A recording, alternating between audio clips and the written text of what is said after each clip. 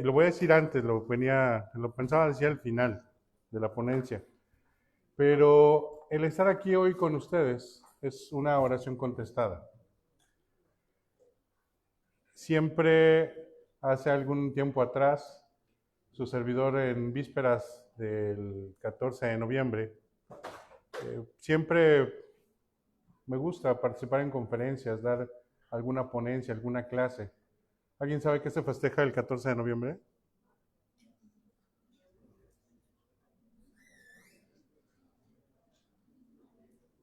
Se vale decir que no, ¿eh? ¿No? Ok. El 14 de noviembre es el Día Mundial de la Diabetes. Ajá. ¿Y alguien sabe qué se festeja mañana?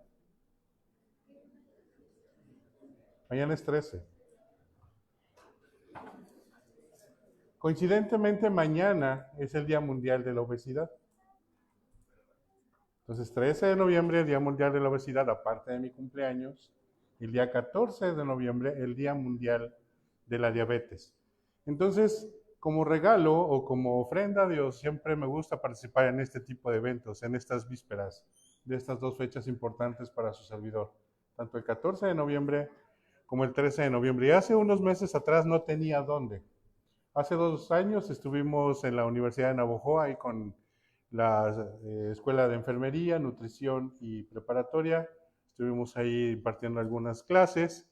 Hace el año pasado estuvimos participando con la Cruz Roja Mexicana en la delegación de San Luis Potosí, ahí también dando una conferencia. Y hoy, gracias a Dios, estamos aquí con ustedes en esta facultad que me vio pasar. A lo mejor los que tenemos más tiempo atrás, este auditorio no estaba hecho. Era pura, cuando nosotros pasamos por aquí, era puro, no había techo, no había nada. Esto estaba totalmente vacío. Y aquí abajo teníamos a Mario, ¿te acuerdas? Mario era un cuerpo de alguna persona que vivió. Y él, gracias a Mario aprendimos anatomía. No había realidad virtual, no había cosas que ahora ustedes utilizan. Tocábamos el tejido, tocábamos los músculos, tocábamos las arterias así, en vivo y en directo, de los cuerpos de las personas que en algún momento tuvieron vida y estuvieron aquí.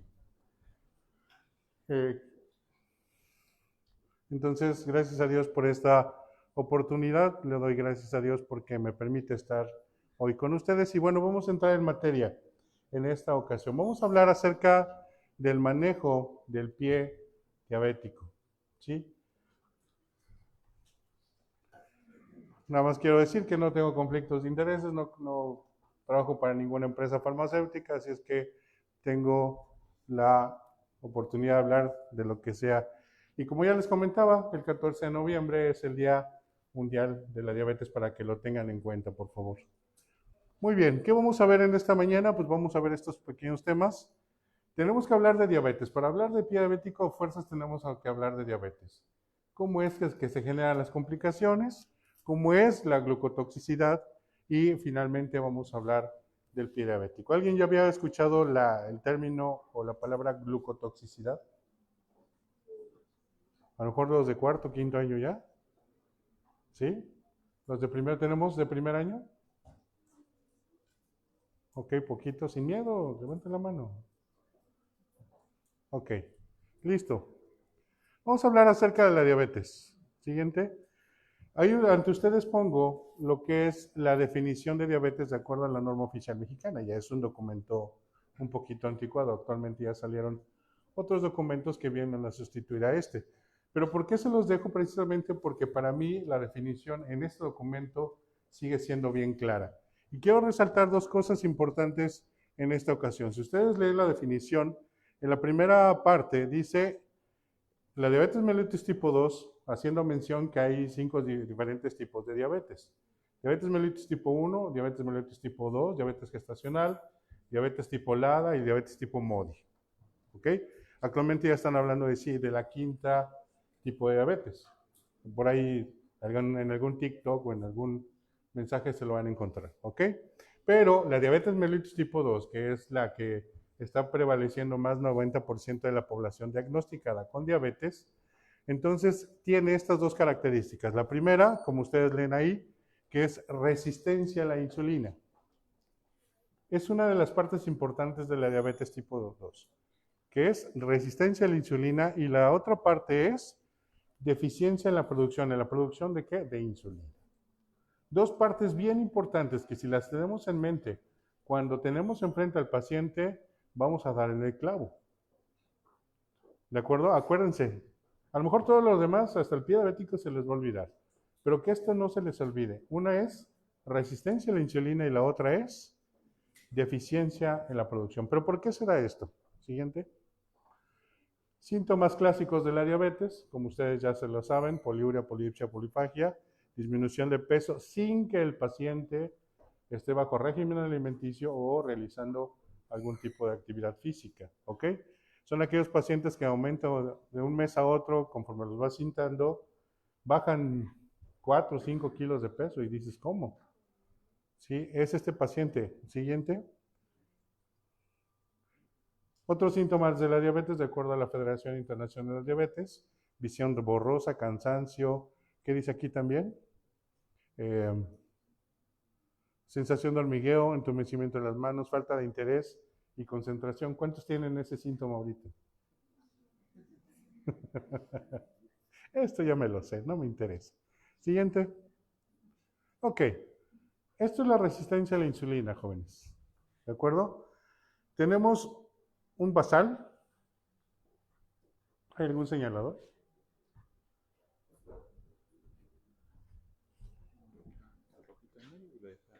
Okay. Tenemos un basal donde no tenemos nada de resistencia a la insulina, entonces la función del páncreas va a estar normal. ¿A qué le llamamos normal? Aquellos que vengan al rato al taller de insulinas van a saber cuánto es lo normal. ¿Ok? Cuando hay un aumento del 30% de la resistencia a la insulina, el páncreas va a estar secretando un 150% más de insulina. ¿A qué se debe la resistencia? ¿Cómo es que funciona la resistencia de la insulina? ¿Alguien sabe? Más fuerte, no te oigo.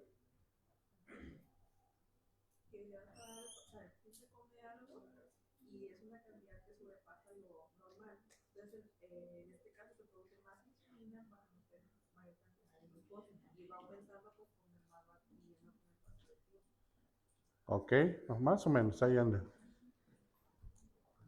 ¿Alguien ve otra mano? Para eso estamos aquí, para aprender. Nadie está equivocado. ¿Nadie? Bueno, la resistencia a la insulina está directamente en proporción a la circunferencia abdominal. Es bien fácil. Resistencia a la insulina está directamente en proporción a circunferencia abdominal. Lo ideal es que el hombre tenga menos de 90 centímetros y la mujer menos de 80 centímetros de cintura. Si tiene más de eso, téngalo por seguro que ya la persona que está enfrente de ustedes ya tiene resistencia a la insulina. Y si esto aumenta, la resistencia a la insulina está en un 30% por arriba de la producción del páncreas, entonces el páncreas está liberando 150% más. ¿Qué quiero decir con esto? Vamos a aterrizarlo a un ejemplo sencillo. Si ustedes comen una manzana, aquellas personas que tienen menos centímetros de cintura ahorita, de lo que ya comenté, si ustedes comen una manzana, ¿cuántas unidades de insulina secreta el páncreas para metabolizar la glucosa de esa manzana? Ándele. Pregunta de NARM, ¿eh? Una manzana es una porción de carbohidrato, básicamente. Por cada porción de carbohidrato, el cuerpo libera básicamente una unidad de insulina. ¿Ok? Entonces, ¿qué estoy diciendo? Que para metabolizar la glucosa de esa manzana, bueno, la fructosa de esa manzana, el cuerpo tiene que liberar, ¿qué? Una unidad de insulina. Pero, si hay resistencia a la insulina, el cuerpo no va a liberar uno, va a liberar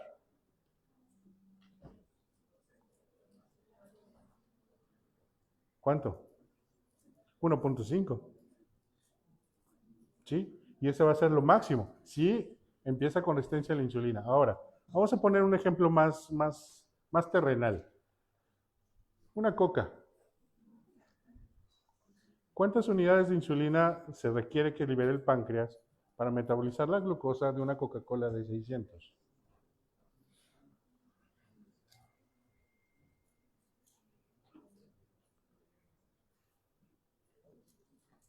¿No? No leemos las etiquetas, ¿verdad? De los productos. ¿Cuántas porciones de carbohidratos trae una Coca-Cola? Bueno, ya no les voy a preguntar. Entre 8 a 10 unidades de insulina más o menos tiene que liberar el páncreas para metabolizar la glucosa de esa Coca-Cola. ¿Ok?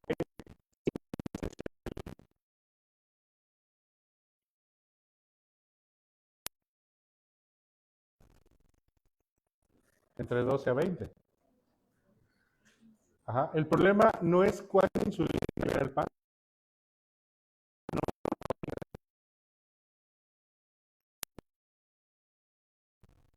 Así como las mujeres nacen con una cierta cantidad de óvulos, todos nacemos con cierta cantidad de insulina y la insulina no es infinita. Se acaba. Las células pancreáticas sí fabrican nueva insulina, pero no reponen toda la usada. ¿De acuerdo? Volvemos a la manzana. ¿Para qué es más fácil fabricar? ¿1.5 o fabricar 16 o 20? Por eso la dieta es importante y básica para este asunto, para la resistencia a la insulina. ¿Ok? Entonces, si tenemos más de un 50%,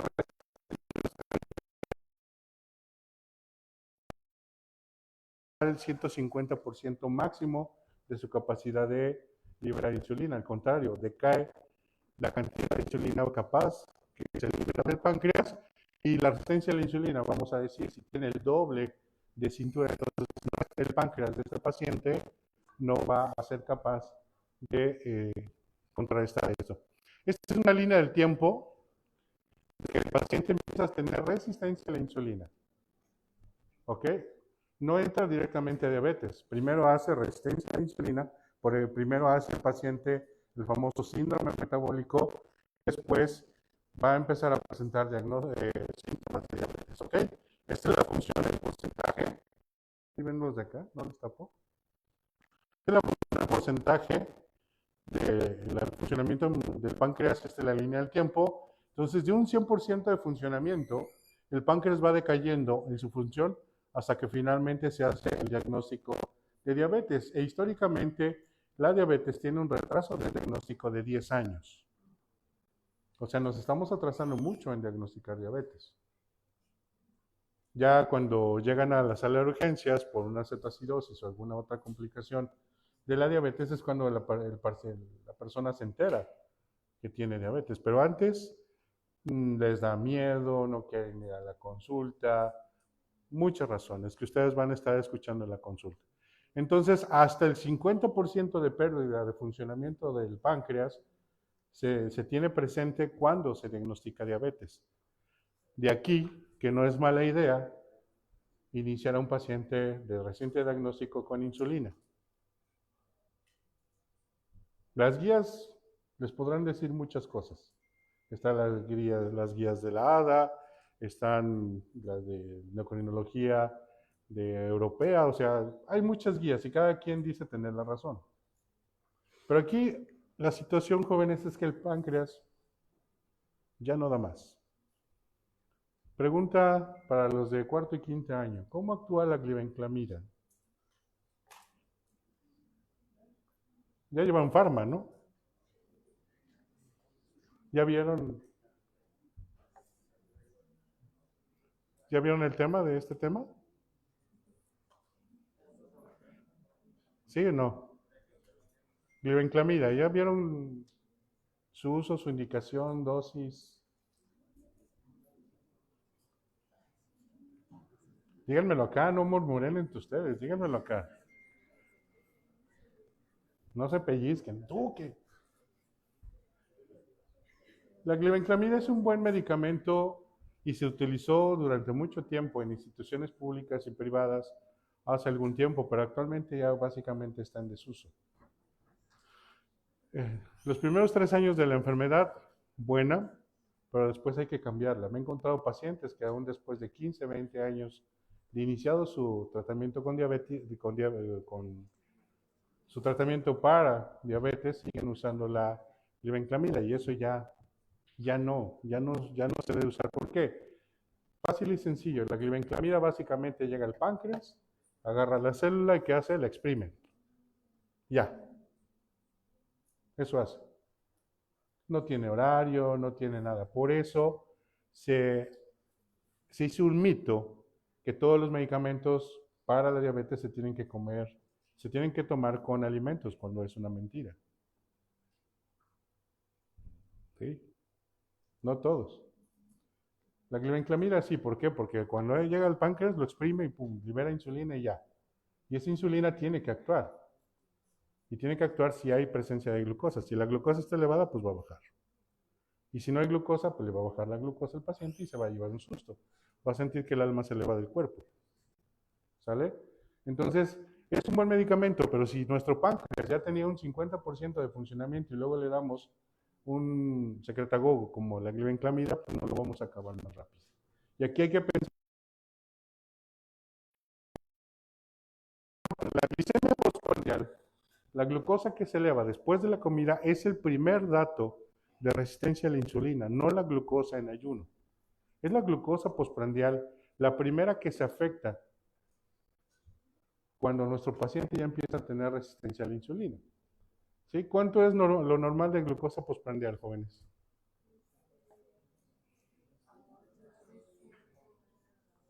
600, no. Bueno, en alguien que ya tiene función pancreática del 10%, ya sí le crea un 600. En alguien más adventista, más cristiano, más que come soya, ¿cuánto? 140. ¿A cuánto tiempo? A las 2 horas postprandial, 140 está bien. ¿Ok? Entonces, pero en el caso de resistencia a la insulina y de diabetes, este 140 ya no va a ser, ya no va a estar presente. ¿Sí? Va a empezarse a elevar. Unos años previos a que la glucosa en ayuno se empiece a elevar. ¿Sí? Por eso algunos pacientes empiezan a elevar la hemoglobina glucosilada y la glucosa en ayuno está normal. A la hemoglobina glucosilada la afecta tanto la glucosa en ayuno como la glucosa postprandial. ¿De acuerdo? Entonces hay que tener cuidado y tener mucho ojo en esa situación. Siguiente. Ok, esta es una buena noticia para ustedes porque quiere decir que va a haber trabajo. Van a tener trabajo. Los que decidan dedicarse a ver pacientes con diabetes, va a haber trabajo. Mucho trabajo. Dame la siguiente. La siguiente. Ok, nuestro país, más azul, más diabetes. Nuevo León está dentro de ellos. Campeche también. Más gris, menos diabetes. Chihuahua, pues hay muy pocos habitantes allá. Tiene mucha área, pues por eso se diluye. Ajá, pero fíjense, el Estado de México, según, casi no hay diabetes. Sorprendentemente, Chiapas, el primer lugar en consumo de Coca-Cola, supuestamente no hay diabetes. ¿Qué estará pasando ahí? No hay diagnóstico. Exacto. El Estado de México, que tiene un municipio que es más grande que un estado del país y que su densidad poblacional es altísimo y que no haya diabetes, lo dudo, no hay diagnóstico. Por eso, el pie diabético tiene que iniciar su tratamiento desde acá, no cuando ya tiene todo el problema el paciente. Siguiente. Y este es, miren, para el 2040 en América del Norte se esperan más de 60 millones de pacientes. En el 2015 estábamos en 44 millones, para el 2040 se esperan 60. Imagínense. Por ahí había un comentario que decía que la diabetes es la enfermedad de los 50. Del total de personas que realmente tienen el diagnóstico, el 50% lo sabe. El 50% está en tratamiento y el 50% está controlado. Es una enfermedad muy, muy curiosa. Dame la siguiente. Eso es el panorama de la diabetes. Ahora vamos a hablar cómo es que se empiezan a generar las complicaciones. ¿Sí? Básicamente se clasifican en dos tipos de complicaciones. Complicaciones microvasculares y complicaciones macrovasculares. Punto. ¿Sale? La microangiopatía nos va a derivar a la retinopatía, a la nefropatía y a la neuropatía. La macroangiopatía nos va a derivar a la aterosclerosis periférica y central, a la enfermedad coronaria y al evento vascular cerebral. Grandes vasos y pequeños vasos afectados, todos por una sola enfermedad que es diabetes. ¿Sí? Ahora, el pie diabético aquí inicia. Dame tantito al anterior. Aquí. Que está mal dicho decir pie diabético, dicho sea de paso. Porque el pie no es el diabético, es la persona. ¿Tampoco no? Entonces decir pie diabético como que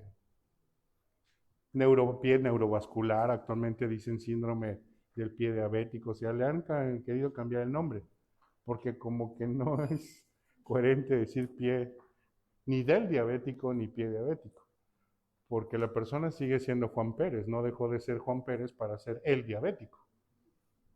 ¿Sí me explico? Es una agresión hacia la persona decirle el diabético, el abuelo. Estamos utilizando de forma despectiva el lenguaje, pero bueno, eso nada más era un comercial. Neuropatía, que va a afectar a la extremidad, principalmente en nervios largos. Pregunta y se las voy a contestar al final.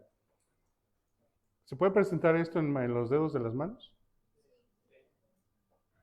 No traje fotos, pero sí. Y la macroangiopatía, la aterosclerosis periférica. Siguiente. ¿Cómo es que se da el daño microvascular? Eso lo pueden leer con toda tranquilidad en su casa. Son como 4 capítulos de algún libro. A detalle lo pueden revisar. ¿Sale? Pero ¿qué es lo que pasa finalmente?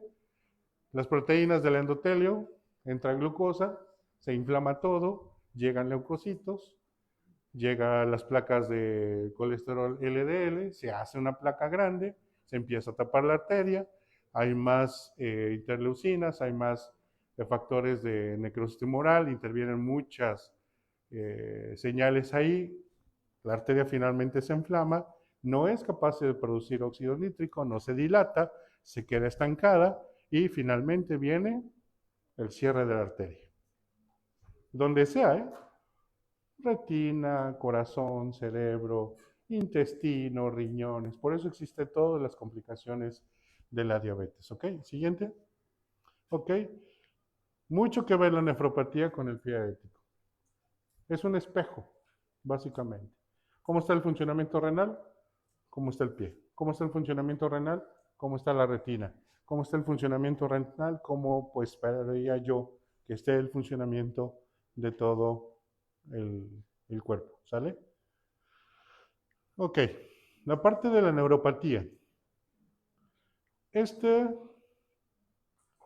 Fíjense, aquí ya tiene una herida cicatrizada que está básicamente en el talón. Es un paciente masculino arriba de los 80, de la octava década de la vida. Fíjense todo esta piel que está aquí. ¿Esto se podría clasificar como pie diabético?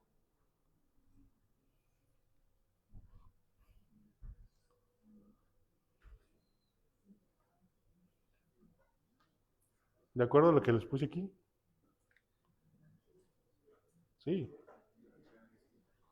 Sí, porque esta persona, al ya perder su inervación, está perdiendo esto, la disfunción autonómica. ¿Qué quiere decir con eso? Ya no fabrica sudor. La piel se seca. Y ese es uno de los primeros datos que se empiezan a tener de un pie diabético. Quítense de la mente el hecho que yo diga pie diabético y ustedes quieran ver una lesión, una úlcera grande. No. Pie diabético inicia aquí.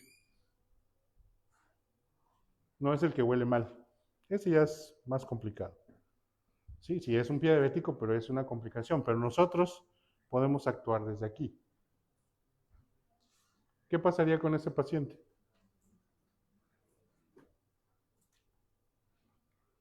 Siguiente. Macroangiopatía, una lesión clásica. ¿Ven toda la zona necrótica? Esa es una necrobiosis seca. ¿Por qué? Las arterias ya se taparon, ya no hay circulación, entonces ese dedo, adiós. Así como se infarta el corazón, así como se infarta el cerebro, también se infartan los ortejos. ¿Ok? Siguiente. Vamos a hablar un poquito de glucotoxicidad. ¿Qué es la glucotoxicidad? Fácil, es la exposición prolongada de las células a un ambiente de azúcar. ¿Sí? Y fíjense, quiero que se queden con este dato en su mente. Por arriba de 125 miligramos de glucosa. Lo que voy a decir, lo voy a decir con todo respeto y cariño a todos mis colegas. Aquel médico que les diga que arriba de 130 está normal, no. No en todos los casos. ¿De acuerdo? ¿Por qué? Porque a partir del 126 empieza el ambiente glucotóxico y ya hay daño. Ahora, quiero que piensen en esto y quiero que piensen en alteración de glucosa en ayuno, o lo que les comentaba hace rato. La glucosa postprandial que se eleva antes de la glucosa en ayuno. El paciente está expuesto a un ambiente glucotóxico. Entonces, desde antes de que se presente la diabetes, desde antes de que se diagnostique diabetes, el paciente ya está expuesto a un ambiente glucotóxico por la glucosa postprandial elevada. Desde allá empieza el daño. ¿Desde qué edad? A la edad que ustedes quieran. Puede ser la adolescencia, puede ser la juventud, puede ser a la edad que ustedes prefieran. ¿Sí? Nada más quiero que tengan presente en eso. Arriba de 125.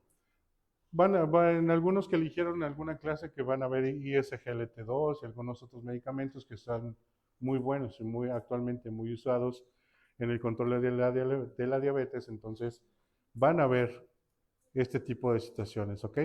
Entonces, aquí también vemos resistencia a la insulina y también la producción excesiva de la glucosa por el hígado. Gracias. Siguiente. ¿De acuerdo? Entonces, ¿qué pasa? Hay un estrés oxidativo, los tejidos se oxidan, el tejido se envejece más rápido por la exposición al ambiente glucotóxico, las células beta aparte empiezan a dejar de funcionar adecuadamente y el daño a los vasos sanguíneos que se está ocasionando todo el tiempo que nuestro paciente está por arriba del 125. ¿Ok? La glucotoxicidad que va a deteriorar la vasodilatación, ya lo comenté hace rápido, óxido nítrico no se fabrica, entonces no hay como la arteria se dilate, ¿ok? Si no quieren, no escriban, les voy a dejar la presentación. ¿Sale? Y, ahí se perpetúa la disfunción vascular, pero no se duerman. Les digo, no escriban, pero tampoco se duerman. Siguiente. Ok. Entonces, ahora sí vamos a hablar, cuando me quedan 2 minutos, ahora sí vamos a hablar de pie diabético. ¿Sí? Pero si dan cuenta, ya desde atrás venimos hablando, o quiero poner el escenario del pie diabético. ¿Sí? ¿Qué es? La OMS lo define como ulceración del pie, del tobillo hacia abajo y puede incluir el tobillo. Cualquier lesión que se encuentre en esa zona es parte del pie diabético, ¿sí? Factores principales que es la neuropatía y la enfermedad arterial periférica. Por eso les tuve que hablar de diabetes. Por eso les hablé de la glucotoxicidad, aunque sea rapidito. Para que estos conceptos estén en su mente y seamos capaces de visualizar desde dónde empieza el daño. ¿De acuerdo? Y la catástrofe, la infección donde ustedes gusten. Piel, tejido celular subcutáneo, hueso, tendón, fascie, cualquiera, ¿ok? Manifestaciones clínicas, dame la siguiente. Ahí está.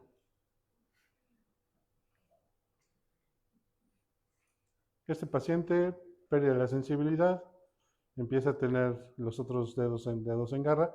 Y fíjense en esta peculiaridad. ¿Qué presenta ese dedo? Aquí.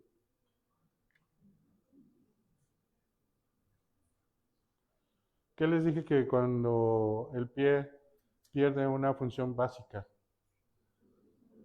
se deshidrata? Y esto es una uña gruesa. No siempre va a ser hongo. Esto es los primeros datos de que ese pie empieza a sufrir. Aunque no tenga ninguna lesión, aunque apenas tenga un poquito ahí de piel descamada, pero si empieza a tener esto en más de 2 ortejos, ese pie va que vuela. Se les va a complicar en unos años. ¿Sale? Siguiente. Ya saben que como seres humanos nos encanta clasificar todo. Que si negro, que si blanco, que si gris, que si esto, que si gordo, que si flaco, que si el diabético, que si el no diabético, que nos encanta clasificar todo. Entonces, también se utilizan diferentes clasificaciones para determinar el grado de complejidad del diabético. Le puse las 3 principales. Actualmente estas son las que más se usan. ¿Sí? La que es las siglas del Grupo Internacional para el Trabajo acerca del pie diabético. ¿Sí? La siguiente. Esta es la escala de Wagner. Si no hay ninguna lesión, si nada más encontramos callos gruesos, dedos en garra y deformidades óseas, que eso sí, ya lo empezamos a ver en un pie diabético, entonces es un grado 0. Está presente la enfermedad, pero ahorita todavía le vamos a dar chance que no se complique, ¿ok? Y así cada una de ellas hasta llegar al quinto, que ya es la gangrena extensa o necrobiosis húmeda. Siguiente.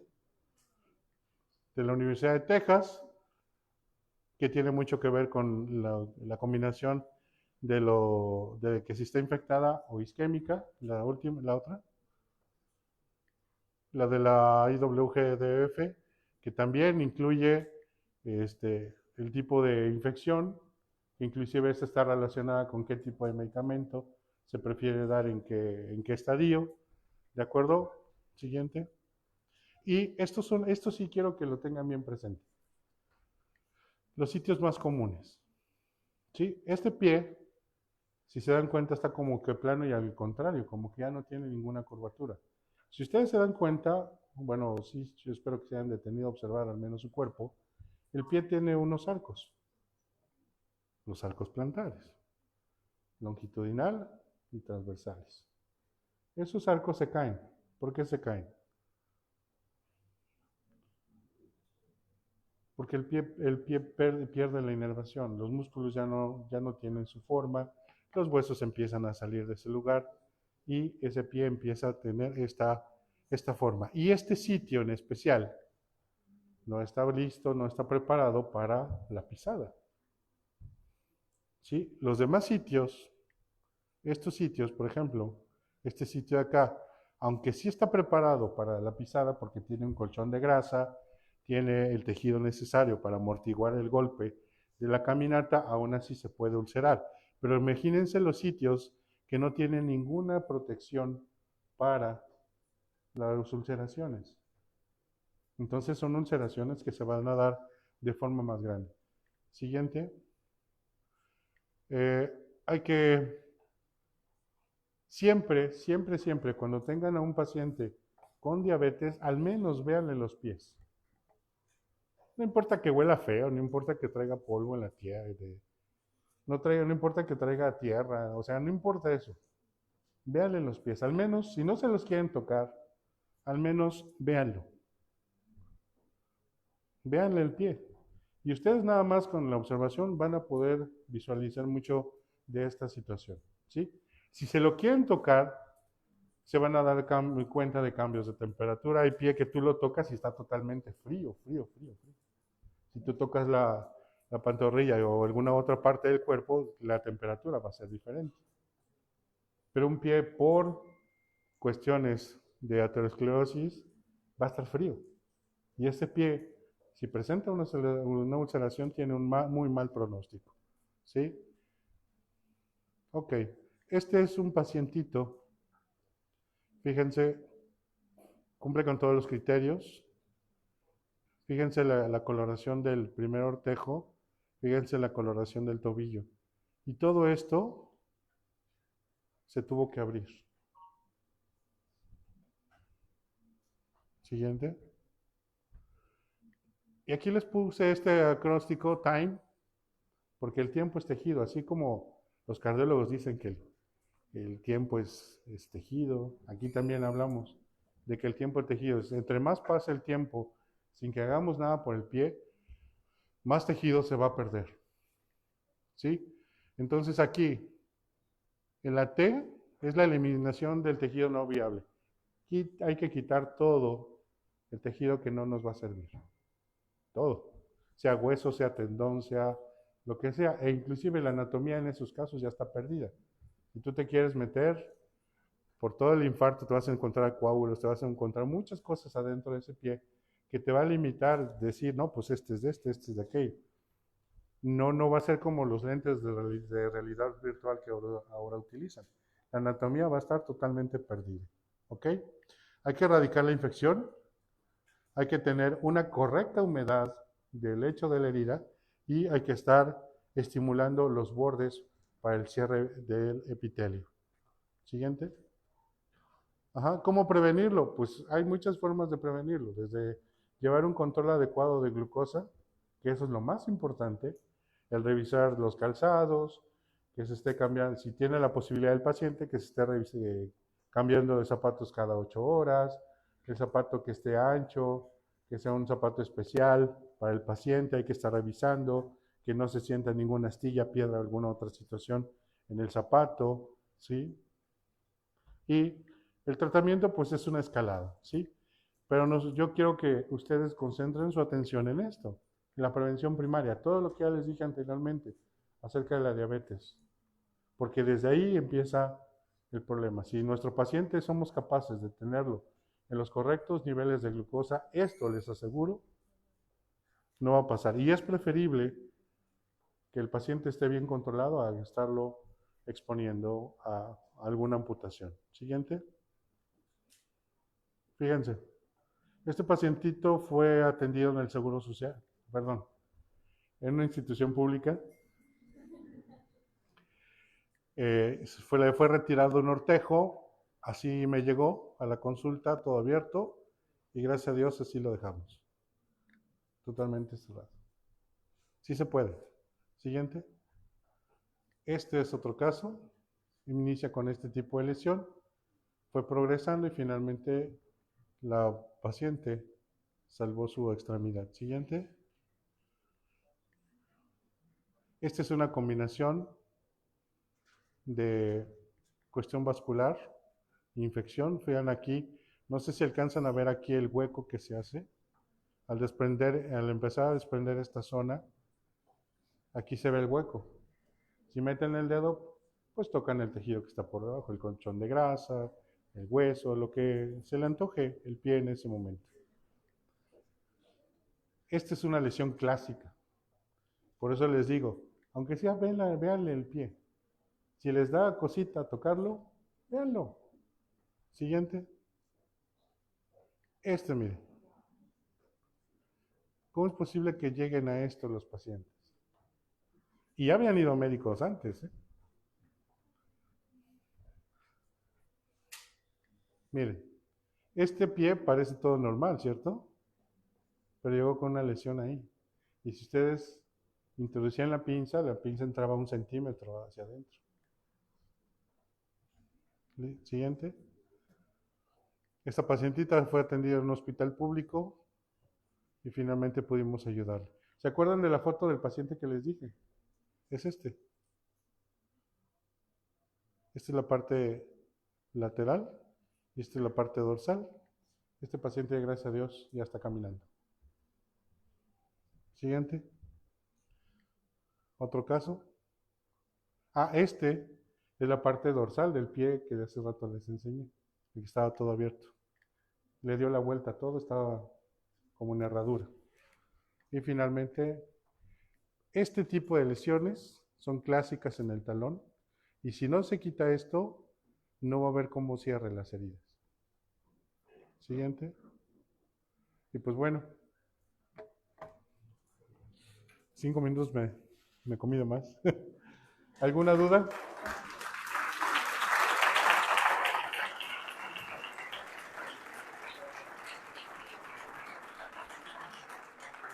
Sí. Ah, qué buena pregunta has hecho. ¿Cuánto tiempo se tarda? Es muy variable. He tratado pacientes que en 16 semanas cierran, otros que en 16. Sí, esto que ustedes acaban de ver es un proceso largo, no es de la noche a la mañana. Actualmente hay cremas, hay gasas, hay apósitos, hay mucho material del cual pueden echar mano para utilizarlo en cada uno de los procesos del time. ¿Se acuerdan la palabra time? En cada uno de esos procesos hay un material específico para usarlo. ¿Sí? Entonces, no recomienden lo que todo el mundo recomiende.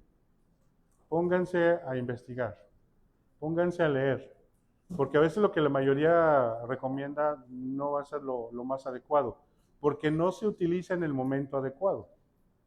Quieren utilizar algo para controlar la humedad cuando todavía tenemos infección activa. ¿Sí? Entonces, cada momento del pie tiene su material específico para que tenga que ser usado en ese momento. Actualmente, tengo que decirlo, tengo una pacientita que no es pie diabético, ella tiene úlcera por insuficiencia venosa, que es otro mecanismo totalmente diferente, y llevamos 2 años batallando con ella y no hemos podido cerrar la úlcera. Va cerrando, de momento se vuelve a abrir, y así nos las hemos pasado todo este tiempo. Entonces, no todo es miel sobre hojuelas. Hay algunos pacientes que definitivamente ya no se puede hacer más y tienen que ir a la famosa amputación. No todo es miel sobre hojuelas, pero sí, la mayoría de los pacientes que sí aguantan el proceso, pues se llevan su premio, ¿sí?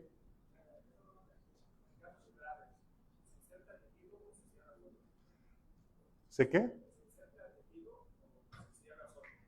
No, lo que yo les presenté se cerraron solos, porque algunos casos ya habían ido con otros médicos, les habían hecho injerto y los habían rechazado los injertos.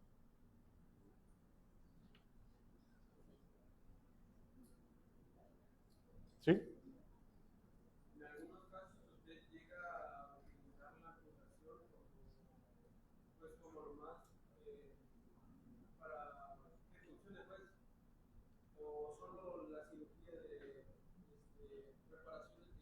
No, sí se tienen, hay ortejos que definitivamente ya no se pueden salvar, entonces hay que retirarlos. ¿Sí? Es el caso de uno de los pacientes que les mostré. Siempre les quiero hacer bien enfáticos a los pacientes. Si para salvar tu pie tenemos que sacrificar un dedo, lo vamos a tener que hacer. Los 5 primeros días de tratamiento son los más críticos, porque ahí nos vamos a dar cuenta cómo va a evolucionar precisamente el pie. ¿Ok? Ya con todo lo que el protocolo que se instala en el paciente. Los 5 días son los más críticos y ahí es donde básicamente, si ustedes aprenden a leer el cuerpo y las señales que da el cuerpo, se van a dar cuenta, este va a progresar o hay que tomar otro tipo de decisiones. ¿Alguien más? Creo que no. Pues bueno, muchas gracias. Gracias por su atención. Este,